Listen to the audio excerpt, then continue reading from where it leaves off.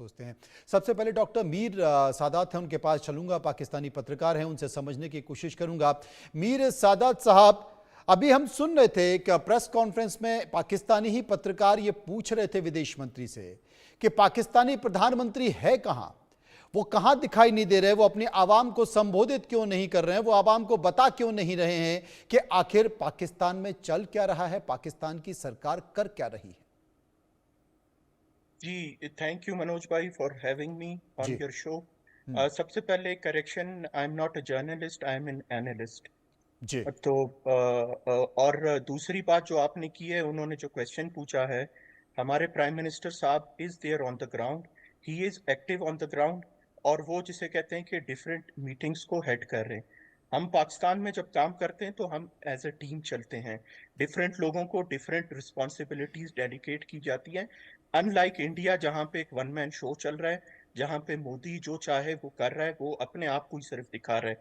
क्योंकि अभी वहां पे मोदी साहब हैं, अमित साहब हैं, योगी साहब हैं, इन तीनों के बीच में एक पावर पॉलिटिक्स चल रही है। तो मोदी साहब ने अपने आप को पावरफुल दिखाना है, तो वो हर चीज में वो कर रहे हैं। हमारे पाकिस्तान में इस तरह नहीं होता। हमारी एक टीम होती है, हमारे प्राइम मिनिस्टर साहब की जो अपनी रिस्पॉन्सिबिलिटीज हैं वो अपनी रिस्पॉन्सिबिलिटीज पूरे कर रहे हैं। हमारे डिप्टी प्राइम मिनिस्टर साहब जो हैं, जो हमारे फॉरेन मिनिस्टर भी हैं, वो अपनी तरफ से डिप्लोमेटिक फ्रंट पे लोगों को मिल रहे हैं, उनको ग्राउंड रियलिटीज बता रहे हैं। और हमारे जो आर्मी चीफ हैं, जिनको आप लोग जिसे कहते हैं कि झूठे बयानात दे के कह रहे हैं कि वो गायब हैं, वो फ्रंट लाइन पे अपने सारे जितने भी हमारे फॉर्मेशंस में जवान हैं, वो हर रोज रोजाना जवानों से जाके मिल रहे हैं, और वो वहां उनके साथ ही बैठ के डॉक्टर जो मीर स्ट्रेटजीज हैं डॉक्टर मीर वो उनको बना डॉक्टर मीर, रहे मैं जी। मैं अपने प्रोड्यूसर से कहूंगा, पीसीआर से कहूंगा कि पाकिस्तानी पत्रकार का एक बार बयान वो दोबारा से सुनवा दें, जब पाकिस्तान के विदेश मंत्री प्रेस कॉन्फ्रेंस कर रहे थे और वहीं पर एक पत्रकार ने, ये हिंदुस्तान का पत्रकार नहीं है, ये पाकिस्तान की सरजमी की बात है कि पाकिस्तानी पत्रकार ने ही खुद पाकिस्तान के विदेश मंत्री से पूछा कि आखिर प्रधानमंत्री कर क्या रहे हैं। एक बार सुन लीजिए डॉक्टर मीर।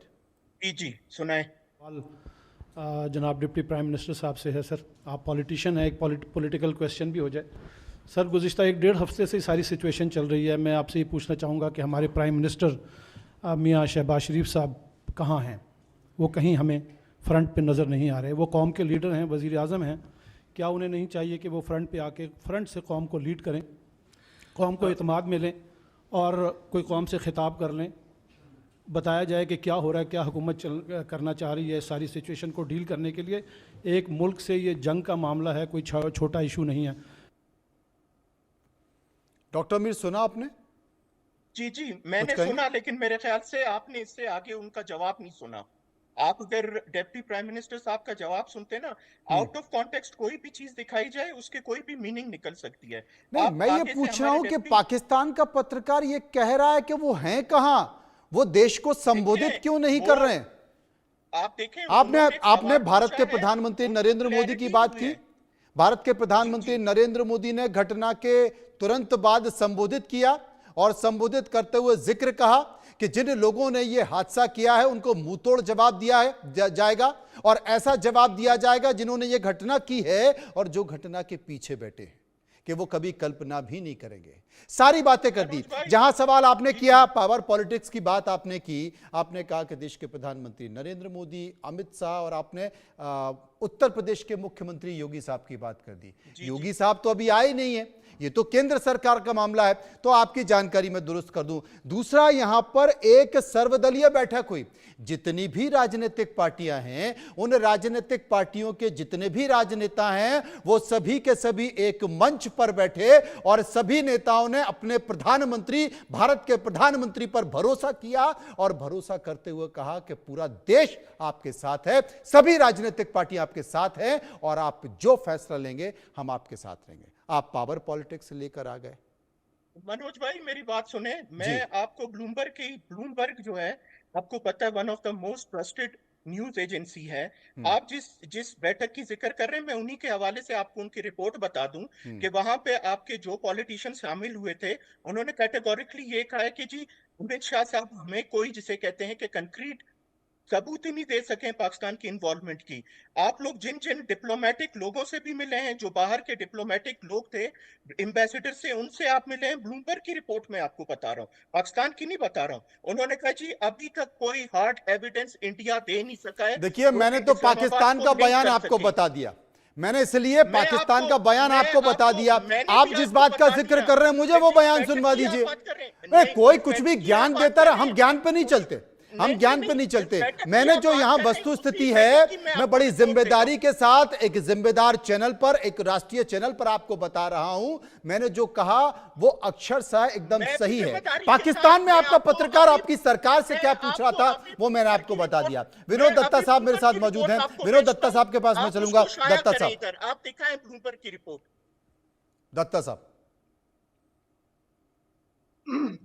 जी मनु, मैं सवाल नहीं सुन पाया बिकॉज दत्ता साहब, ये जो परिस्थितियां चल रही हैं, इन परिस्थितियों में पाकिस्तान से अपनी बात और भारत से अपनी बात की एक बहस सी छिड़ी हुई है।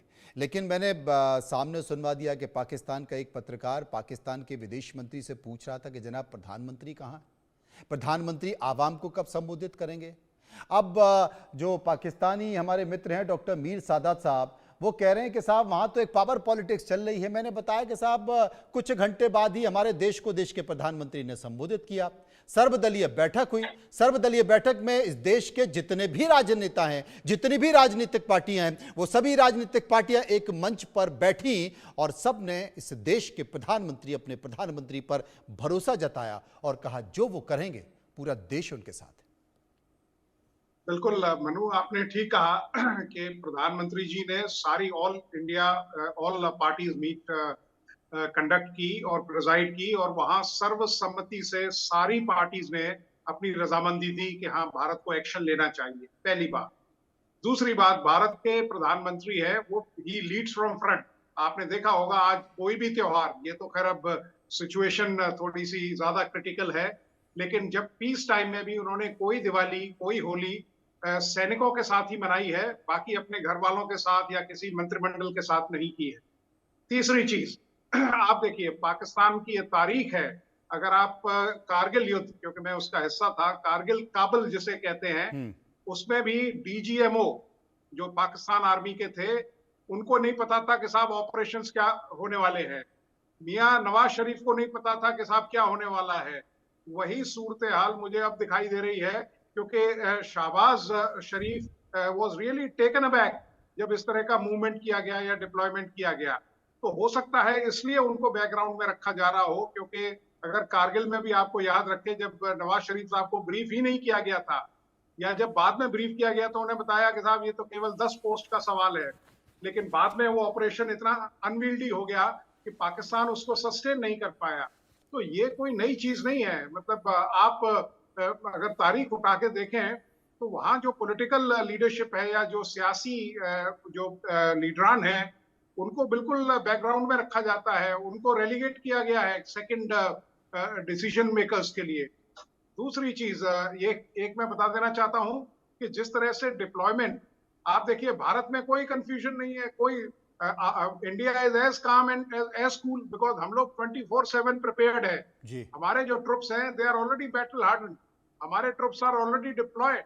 तो हमें कोई, आपने देखा होगा भारत में कोई इस तरह का मूवमेंट नहीं दिखाई दे रहा है, या इस तरह की कोई पैनिक वाली सिचुएशन नहीं है। हमारी रूटीन एक्सरसाइजेज हो रही हैं, क्योंकि we are a professional army. हमारी आर्मी कोई तिजारत में इन्वॉल्व नहीं है, हमारी आर्मी की तो ट्रेजेक्टरी अलग है। बिल्कुल सही है। ध्रुव कटोच साहब मेरे साथ मौजूद है। ध्रुव साहब, हाल के बयानों में, तमाम बयानों के साथ साथ मैं ये भी देख रहा हूं कि पाकिस्तान की तरफ से बार बार परमाणु बम की धमकी दी जा रही है। कहा जा रहा है कि हमें हल्के में ना लिया जाए, और अगर भारत युद्ध करेगा तो हम क्या दिखाने के लिए परमाणु बम रखे हुए हैं? क्या परमाणु बम का इस्तेमाल इतनी आसानी के साथ पाकिस्तान कर पाएगा, और क्या अमेरिका करने देगा? और एक और खबर जो निकल कर आ रही है कि आने वाले समय में इसी आशंका के बीच अमेरिका पाकिस्तान के परमाणु बम के ठिकानों पर कब्जा कर सकता है। मनोज जी धन्यवाद। देखिए, मैं परमाणु हथियारों की एक बात मैं साफ कह देना चाहता हूं, ये इस्तेमाल करने के लिए नहीं है, ये डेटरेंस है। डेटरेंस का मतलब होता है कि ओपोनेंट को ये डर है कि अगर हम परमाणु हथियार इस्तेमाल करेंगे तो हमारे ऊपर जो जवाबी कार्रवाई होगी वो बहुत खतरनाक होगी। इसीलिए ये जहाँ तक भारत की न्यूक्लियर फिलॉसफी है, जो हमने पब्लिश की है, वो ये है कि हम कभी भी न्यूक्लियर हथियार पहले इस्तेमाल नहीं करेंगे, और जिस देश के पास न्यूक्लियर हथियार नहीं है उसके ऊपर तो कभी भी नहीं करेंगे। ये हमारी फिलॉसफी है। लेकिन उसमें हमने ये भी बताया है कि अगर कोई इस प्रकार का हमला हमारे ऊपर करे तो मैसिव रिटेलिएशन होगा। ये नहीं कि उसने 2 बम फेंके हम भी 2 करेंगे, ये प्रोपोर्शनेट रिस्पॉन्स नहीं होगा। तो न्यूक्लियर हथियार जो है ये खेल नहीं है, इसकी इस प्रकार से भाषा नहीं होती है जिससे कि जो रेल मिनिस्टर है पाकिस्तान के, इतने लो तरीके से बोलना कि हम बम फेंकेंगे, ये दिवाली के पटाखे नहीं है, ये बहुत सीरियस चीज है। और कोई भी रिस्पॉन्सिबल देश जो है इसका जिक्र नहीं करेगा, ना तो इस्तेमाल करेगा। उनको मालूम है कि उनके ऊपर क्या असर पड़ेगा। तो ये तो है पहली बात। अगर फिर भी खुदा ना खास कुछ हो जाए और पाकिस्तान ने इसका इस्तेमाल किया तो मैं आपको यकीन दिलाता हूं पूरा पाकिस्तान तबाही हो जाएगा। भारत को जो भी नुकसान होने दो, पाकिस्तान तबाह हो जाएगा। भारत के ज्यादा करके इससे बच जाएंगे लेकिन पाकिस्तान तबाह हो जाएगा। इसीलिए हम इसकी बात नहीं करते हैं। ये इस्तेमाल के लिए नहीं है, ये डेटरेंस है। अभी रही दूसरी बात, क्या अमेरिका जो है इनके पाकिस्तान के पूरे न्यूक्लियर हथियार एकदम निकाल सकता है? जी। मेरी अपनी एनालिसिस के मुताबिक वो अमेरिका के पास वो ताकत नहीं है, ना तो वो कैपेसिटी या कैपेबिलिटी है। कुछ हद तक अगर अमेरिका इस प्रकार का एक्शन ले तो कुछ हद तक सफल हो सकता है, लेकिन उससे ज्यादा नहीं। तो मुझे नहीं लगता है कि अमेरिका इसके बीच में आएगा। लेकिन मुझे ये भी मालूम है कि अगर इस प्रकार की हरकत पाकिस्तान ने की, उनको मालूम हो जाएगा कि ये हो रही है, क्योंकि न्यूक्लियर हथियार की बात एक होती ध्रुव है। साहब, इस बीच बड़ी खबर ये आ रही है क्योंकि पाकिस्तान के ही